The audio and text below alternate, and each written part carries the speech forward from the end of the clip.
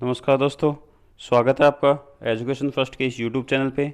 Science के अंदर Delhi police के लिए केमिस्ट्री के अंदर आज का जो हमारा टॉपिक है, जैसा कि आप देख पा रहे हैं, फ्यूल एंड फ्लेम, इसको हम आज डिस्कस करेंगे। इसका जो हिंदी मतलब है वो है ईंधन और ज्वाला।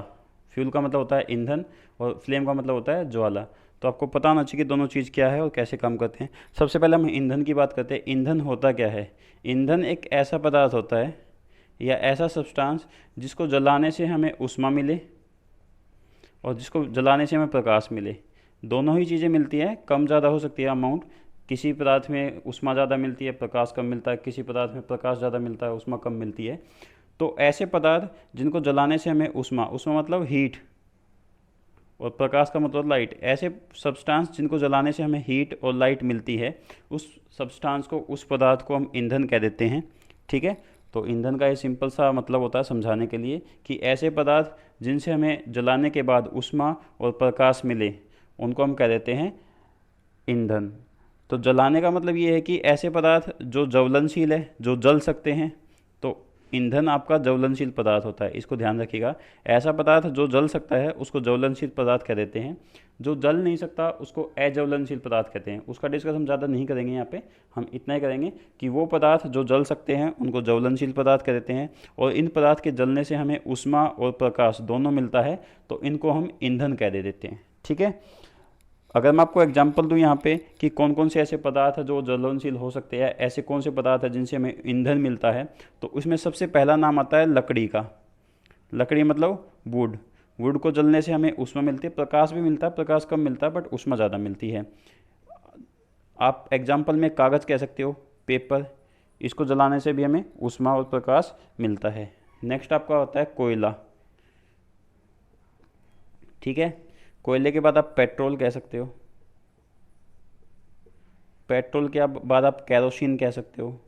ये सब ऐसे पदार्थ हैं जिनको जलाने से हमें ऊष्मा और प्रकाश मिलता है। आप मोम कह सकते हो, मोमबत्तियाँ जो होती है, तो उनसे हमें प्रकाश मिलता है। आप प्राकृतिक गैस कह सकते हो। आपके रसोई घर के अंदर जो गैस यूज़ होती है, एलपीजी, वो इसी में आती है, प्राकृतिक गैस। इसका नाम आप ले सकते हो। कैरोसिन का नाम आपने ले लिया, कोयले का नाम आपने ले लिया है। ठीक है। यहाँ पे आप कोयले के साथ अगर आप चारकोल कहना चाहें तो चारकोल भी कह सकते हो। वैसे चारकोल और कोयला एक ही होता है, बट थोड़ा सा डिफरेंस होता है, उसको हम आगे देख लेंगे। तो ये सब ऐसे पदार्थ हैं जिनसे हमें, ज्वलनशील पदार्थ है जिनसे हमें ऊष्मा मिलती है और जिनको हम ईंधन के तौर पे यूज़ कर सकते हैं। तो इन सब पदार्थ का नाम आपको पता होना चाहिए जो आपके ईंधन के तौर पे यूज़ होते हैं। यहाँ पे मैं एक पॉइंट और कहना चाहूँगा। पदार्थ से हमें ऊष्मा मिलती है और ऊष्मा को मापने की इकाई है कि किसी पदार्थ से कितनी ऊष्मा मिल रही है। तो मापने की जो इकाई है वो आपकी है जूल। पदार्थ को हम किस से मापते हैं? मात्रक क्या है? जूल। जैसे मान लीजिए आपको पानी को मापना है तो उसके लिए लीटर होता है। अगर आपको वजन देखना है तो किलोग्राम होता है। ऐसे ही आपको देखना है कि कितनी ऊष्मा है तो उसके लिए मात्रक क्या होता है? जूल। स्पेलिंग है JOULE, जूल। ओके।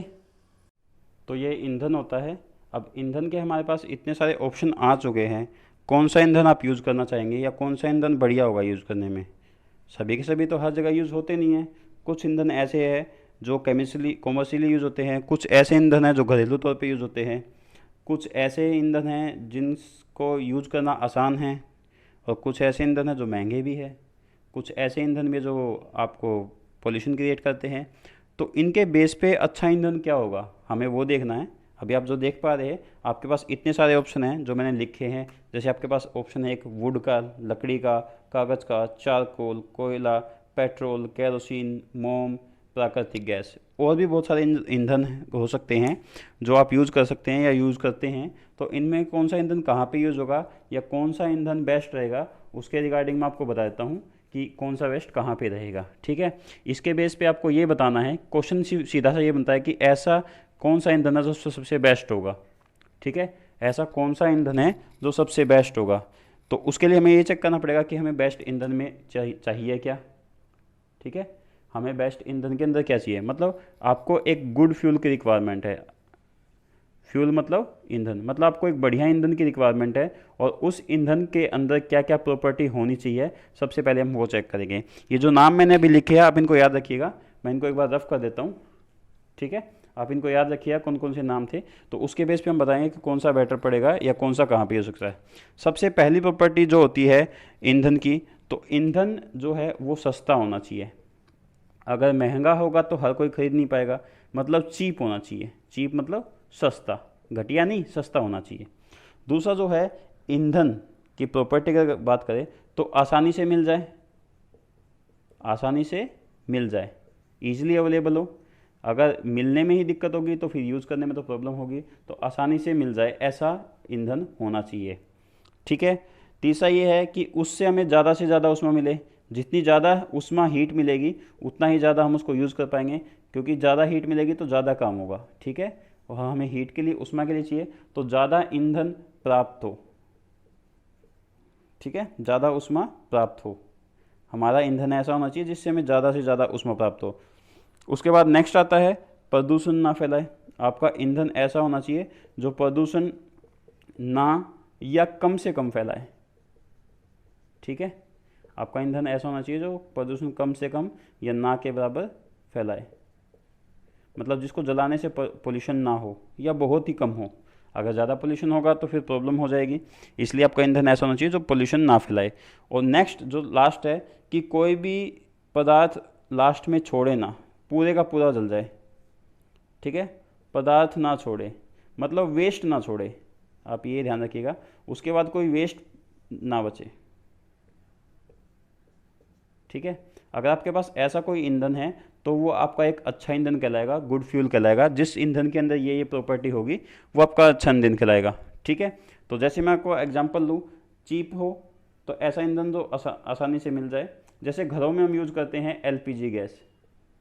एलपीजी जो गैस है वो हम घरों में यूज़ करते हैं, आप बुक कीजिए, आसानी से मिल जाती है, पे तो आपको करना ही है। तो आपका ऑर्डर बुक हुआ, आपके पास आ जाएगा। तो एलपीजी आपकी सस्ती भी है और आसानी से मिल जाती है, दोनों ही चीज़ें हैं। यहाँ पे एलपीजी की फुल फॉर्म आपको पता होना चाहिए, लिक्विड पेट्रोलियम गैस। एलपीजी की फुल फॉर्म आपको पता होनी चाहिए। यहीं पे ही कॉमर्शियली जो यूज़ की जाती है वो यूज़ की जाती है सीएनजी, तो आपको सीएनजी की फुल फॉर्म भी पता होनी चाहिए। और सीएनजी की फुल फॉर्म होती है कॉम्प्रेस्ड नेचुरल गैस। ठीक है, कॉम्प्रेस्ड नेचुरल गैस। सीएनजी और एलपीजी की फुल फॉर्म आपको दोनों के पता होने चाहिए। ज़्यादा ऊष्मा दे ऐसा पदार्थ जिससे हमें ऊष्मा ज़्यादा मिले, उसको हम यूज़ करेंगे। एलपीजी वाला एग्जांपल आप ले सकते हो, उससे ऊष्मा काफ़ी मिलती है।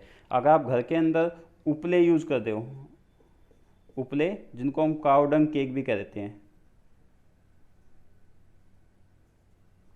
गाय के जो उपले होते हैं, अगर आप उनको यूज़ करते हो तो उनसे ऊष्मा इतनी ज़्यादा नहीं मिलती है, उनसे ज़्यादा लकड़ी से मिलती है, और लकड़ी से ज़्यादा आपको मिलती है एलपीजी से, इसलिए हम एलपीजी का यूज़ करते हैं। प्रदूषण ना फैलाए मतलब ये है कि धुआं ना छोड़े, क्योंकि धुआं होगा तो एयर पोल्यूशन होगा, और भी बहुत सारी गैसेज होती हैं जो निकलती हैं तो वो पोल्यूशन का काम करती है। इसलिए काउडंग केक से धुआं निकलता है, लकड़ी से भी धुआं निकलता है, और एलपीजी से कोई धुआं नहीं निकलता, इसलिए वो पोल्यूशन नहीं करती है। कोई वेस्ट प्रोडक्ट ना बचे, एलपीजी के अंदर कोई वेस्ट प्रोडक्ट नहीं बचता है। अगर आप उपले का यूज़ करते हो तो ऐस राख बचती है, अगर आप लकड़ी का यूज़ करते हो तो कोयला बचता है, अनबर्न्ड कोयला। लेकिन जब आप एलपीजी का यूज़ करते हो तो कोई वेस्ट प्रोडक्ट नहीं बचता है। तो अच्छा ईंधन, गुड फ्यूल वही होगा जिनके अंदर ये सारी प्रॉपर्टी होगी, और ये प्रॉपर्टी जो है एलपीजी के अंदर है, तो एलपीजी को हम एक अच्छा ईंधन कह सकते हैं। ठीक है, यहाँ पे मैं एक पॉइंट और ऐड करना चाहूँगा कि अच्छा ईंधन वो हो जिसकी जलने की गति जो है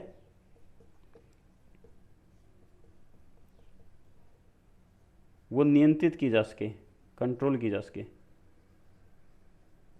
आप उसको कम या ज़्यादा कर सके। क्योंकि ये नहीं कि एक सेकंड में जल के ख़त्म हो जाए। जैसे पेट्रोल होता है, पेट्रोल जो है वो बहुत ज़्यादा ज्वलनशील है, उसको आप कंट्रोल वे में ईंधन के तौर पे तो यूज़ नहीं कर सकते अभी रसोई में। ठीक है, तो अच्छा ईंधन ये होता है। अब यहाँ से एक पॉइंट आता है कि ज़्यादा से ज़्यादा ऊष्मा निकाले। अब इस ऊष्मा को हम कैसे मेज़र करेंगे? मैंने आपको ईंधन के बारे में बताया था, लेकिन ईंधन के अंदर भी एक पॉइंट होता है जो हमें पता होना चाहिए, उसको बोलते थे फ्यूल एफिशिएंसी। ठीक है, बाकी पॉइंट को मैं छोड़ देता हूँ, वो कंप्लीट हो गए हैं, आप इस पॉइंट पे ध्यान रखिएगा।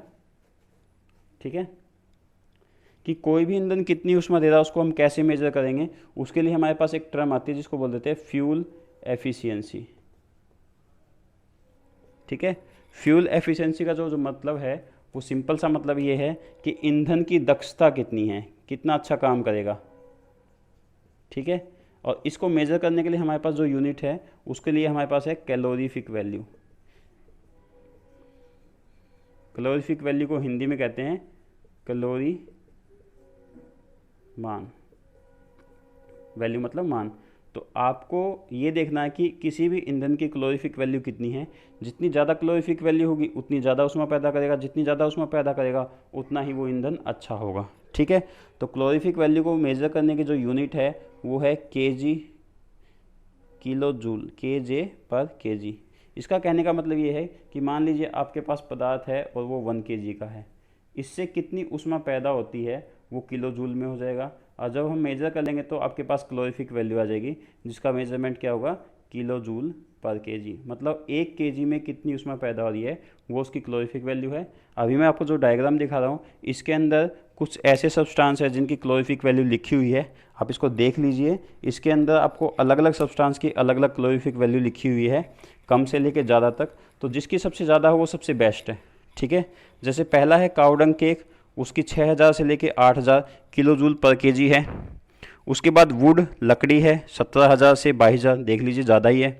उसके बाद आपका नेक्स्ट जो आता है कोयला, उसकी 25,000 से लेके 33,000 है, उससे भी बेटर है। फिर पेट्रोल आता है 45,000, केरोसिन आता है वो भी 45,000, डीजल भी 45,000, मीथेन गैस इसकी 50,000 है, CNG फुल फॉर्म मैंने आपको बताई थी कंप्रेस्ड नेचुरल गैस, उसकी जो है 50,000 है। LPG की 55,000 है, जो हम अपने घरों में यूज़ करते हैं, लिक्विड पेट्रोलियम गैस, गैस का जो सिलेंडर है उसकी 55,000 है, इसलिए हम इसको यूज़ करते हैं। ना हम कोयले को यूज़ करते हैं, ना हम लकड़ी को यूज़ करते हैं, ना हम काउडंग केक को यूज़ करते हैं। हाँ कुछ घरों में यूज़ करते हैं लेकिन वहाँ पे इतनी एफिशिएंसी आती नहीं है। कैलोरीफिक वैल्यू जिसकी सबसे ज़्यादा है वो मैंने बता दिया आपको। उसके बाद बायोगैस है 35,000 से लेकर 40,000, और सबसे लास्ट में है हाइड्रोजन। आप देख सकते हैं कितनी है, 1,50,000।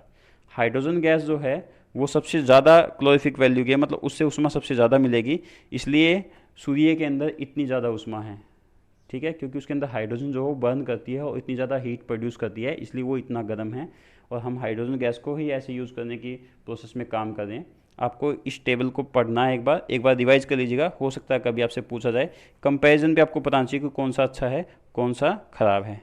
आज की क्लास में इतना ही। नेक्स्ट क्लास में मैं आपको फ्लेम के बारे में बताऊंगा। आज मैंने आपको सिर्फ फ्यूल के बारे में बताया है, नेक्स्ट क्लास फ्लेम की होगी, फिर ये टॉपिक आपका फ्यूल एंड फ्लेम का ख़त्म हो जाएगा। यहाँ से आपका अगर हम देखें तो एक पेपर के अंदर 1 या 2 क्वेश्चन तो पक्का बनते हैं यहाँ से, और बिल्कुल सिंपल क्वेश्चन होते हैं, बट थोड़ा सा अगर घुमा के पूछा जाए तो प्रॉब्लम हो जाती है। इसलिए आपको पता होना चाहिए कि फ्यूल क्या होते हैं, कौन कौन से फ्यूल हमारे पास है, कोई अच्छा फ्यूल कब हो सकता है, उसकी प्रॉपर्टी क्या है, और सबसे इंपॉर्टेंट कैलोरीफिक वैल्यू क्या होती है। CNG LPG की फुल फॉर्म आपको पता होनी चाहिए।